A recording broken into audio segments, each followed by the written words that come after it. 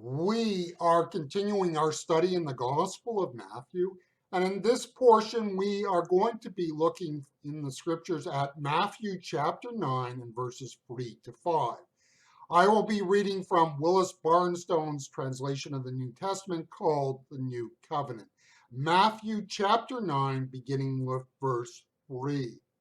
And look, some of the scholars said among themselves, this man is blaspheming. When Yeshua noticed what they were thinking, he said, why do you harbor such thoughts in your heart?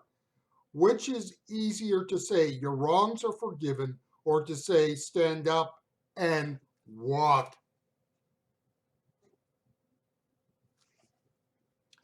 The great tool for fights in the church is blasphemy. Now, I'm not saying that there are not boundaries as to what one can claim belief to in the church.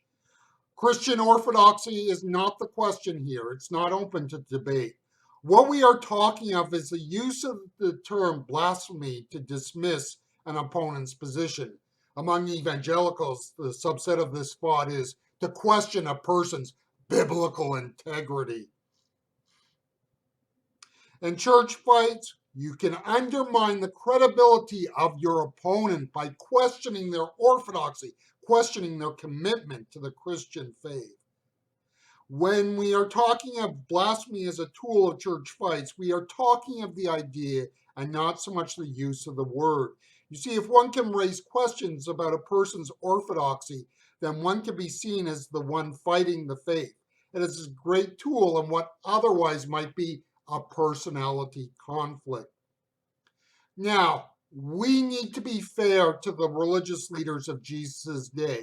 They were correct to believe that Jesus' claim to forgive sin was blasphemy. They were right in terms of their theology. Let us be perfectly clear that the problem was not their theology. You see, it is true that only God can forgive sin. And so when they see Jesus doing what he was going to do and doing, they could see that he was doing something that by their theology was questionable. They see an individual claiming the prerogatives of God. You see, it was not that their theology was wrong, it's that they had already decided the issue. Jesus was not the Messiah and definitely not God in the flesh. If they were consistent in their theology, they would have begun to see who Jesus was. They had closed their minds to that, and that was because they had no need for Jesus. William Carey, 1761 to 1834, is considered the father of Protestant missions. And remember that the Roman Catholics predate the Protestants in their push for missions. The story of Carey is fascinating, in particular how he felt the need for the church to go to the world with the gospel. This was something new to the Protestant church of his day. When Carey made a plea for this to the church leaders, he was shot down. One elder cleric stated, young man, sit down, you are an enthusiast. When God pleases to convert the heathen, he will do it without consulting you or me. Notice that the word blasphemy is not used, but the idea is. In the Baptist circles of Carey's day, he was in this sense a it was in this sense a theologically consistent statement. You see, what Carey was challenging was the theology of his day, and that put him in trouble with church leaders. I cannot help but wonder if the issue was not so much the idea of going, but rather the fact that Carey was seen as an enthusiast. Carey was trying to take his faith seriously, and maybe too seriously for this gentleman.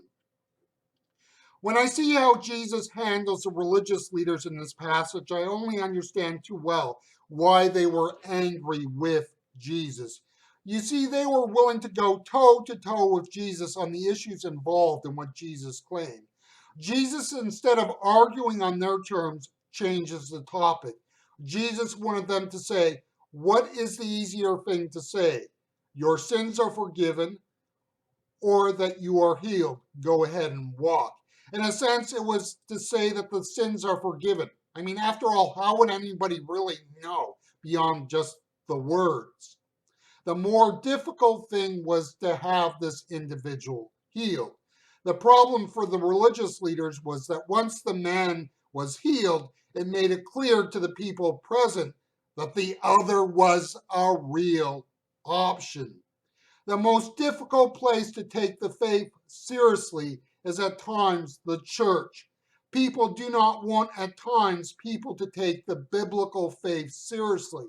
For when they do that, it challenges their own lukewarm faith.